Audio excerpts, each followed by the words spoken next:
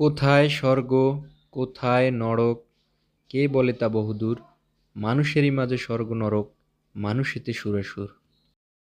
এই কবিতার লাইনগুলো ছোটবেলায় পড়েনি এমন মানুষ খুঁজে পাওয়া খুবই দুষ্কর।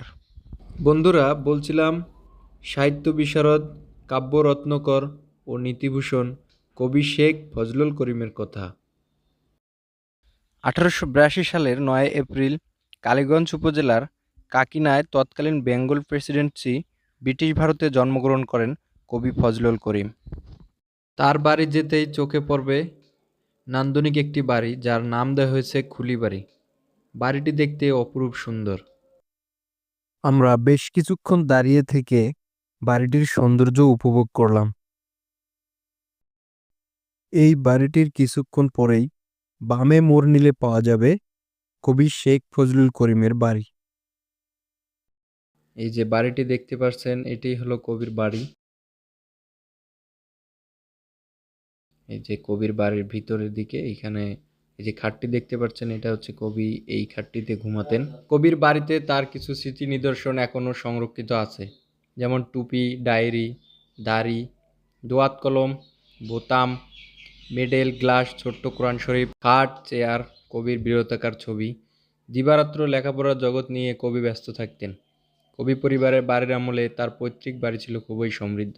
বিরাট কাছারি ঘর, প্রশস্ত বারান্দায় শৌখিন কাঠের কাজ, কাছারির ঘর জুড়ে গোল্ডেন শাওয়ার লতার মনোহারী ফুলের ঝাড়, পরিবারের এজমালি পুকুর, মসজিদ, বিরাট টেবিলের উপর ঝকঝকে লণ্ঠনের আলোয় নিবিষ্ট মনে যে ব্যক্তিটি তন্ময় হয়ে লিখতেন অথবা পাঠরত থাকতেন, তিনিই শেখ ফজলুল করিম। সাধারণ লোকে ডাকত কবি সাহেব।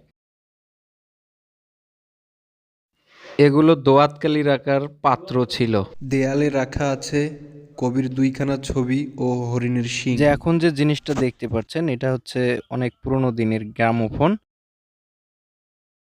তো আমরা অনুরোধ করেছিলাম কবির নাত বউয়ের কাছে আমাদেরকে এটা থেকে একটু বাজিয়ে শোনানোর জন্য। তিনি কিন্তু আমাদের অনুরোধ রেখেছেন এবং আমাদেরকে এখন ওটা থেকে গান শোনাবেন। এটা হলো চাবি। আগে ভালো ছিল, বুঝছো?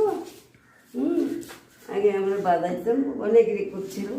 আগে তো ইয়ে ছিল না।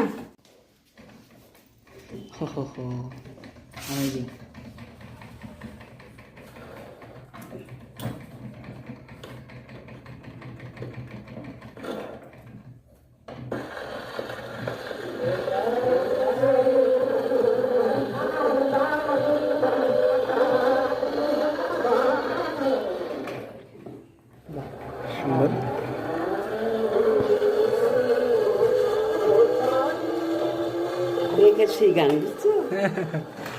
অনেক ভালো লাগলো একটু দেখতে।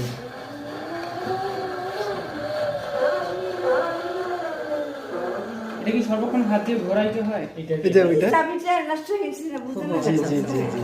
চাবিটা আগে ভালো ছিল তো, চাবি এখন যায় না বেশি ঘুরে। স্প্রিংটা ছিঁড়ে গেলে, স্প্রিং আছে এত বড়। জি জি জি। সম্ভব হ্যাঁ। তারপরে আমরা যে গানের মতো কিছু একটা শুনতে পাইতেছি, এটাই তো অনেক ওইটাই অনেক। অনেক অনেক। রেকর্ডগুলো আছে তো, এই জন্য সব করছে। আচ্ছা আচ্ছা, চেঞ্জ করা যায় আবার। হুম।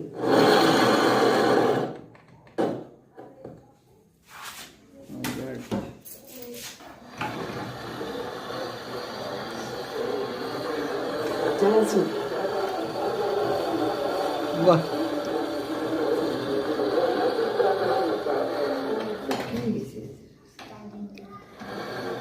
আসলে আমরা কোথায় আসছি আর কোথায় আসছি খুব ভালো লাগলো আজকে এটা দেখে। এটা বেশ সারেগামাটা করে। আগে এটা যে গান যে শুনতো আগে, এটাই তো অনেক ছিল রে। খুব ভালো লাগলো আসলে এটা দেখে। অতঃপর বাজানো শেষ করে কবির স্মৃতি জড়িত এই গ্রামোফোনটি তিনি গুছিয়ে রাখলেন অত্যন্ত যত্ন সহকারে। কবির নাত বউ, তিনি অত্যন্ত একজন সহজ সরল মনের মানুষ এবং আমাদেরকে তিনি অনেকক্ষণ সময় দিয়েছেন, এগুলো দেখিয়েছেন এবং আমাদেরকে পড়তে দিয়েছিলেন কবির জীবনকে ঘিরে প্রকাশিত একটি ম্যাগাজিন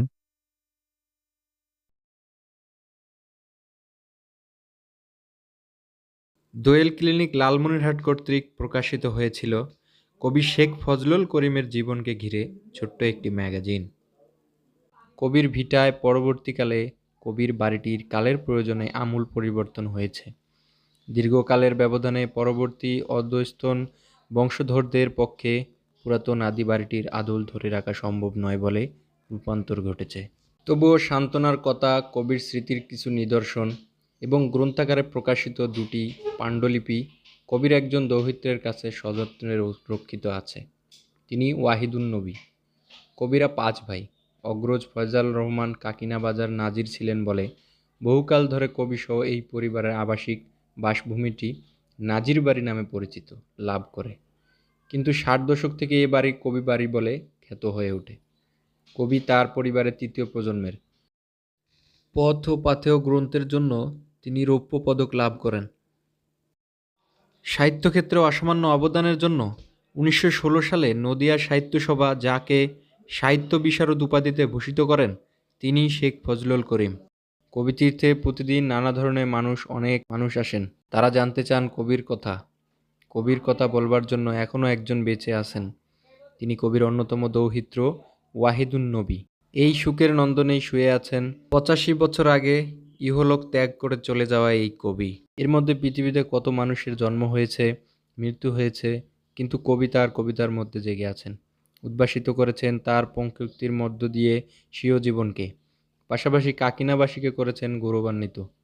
এই কবরস্থানটি হলো কবি ফজলুল করিমের পারিবারিক কবরস্থান। 1936 সালের 28 সেপ্টেম্বর 54 বছর বয়সে শেখ ফজলুল করিম রাত্রি 12:30টায় মৃত্যুবরণ করেন। তিনি সহ এখানে তার পরিজন আরও অনেকেই রয়েছেন। শেখ ফজলুল করিম তার সমাধিফলকে উৎকীর্ণযোগ্য কবিতার কয়েকটি লাইন আমাদের জন্য লিখে রেখে গেছেন। আর্দ্র মহিতলে হেতা চির নিদ্রাগত, ব্যথাতুর দীনকবি অফুরন্ত স্বাদ, ভুলে যাও ত্রুটি তার জনমের মতো, হয়তো সে করিয়াছে শত অপরাধ, পান্থপদ রেণুপুত এ শেষ ভবন, হতে পারে তার ভাগ্যে সুখের নন্দন। ভিডিওটি ভালো লাগলে অবশ্যই একটি লাইক দেবেন এবং ভিডিওটি শেয়ার করে পাশেই থাকবেন। দেখা হবে পরবর্তী আরেকটি ভিডিওতে ইনশাআল্লাহ। আসসালামু আলাইকুম।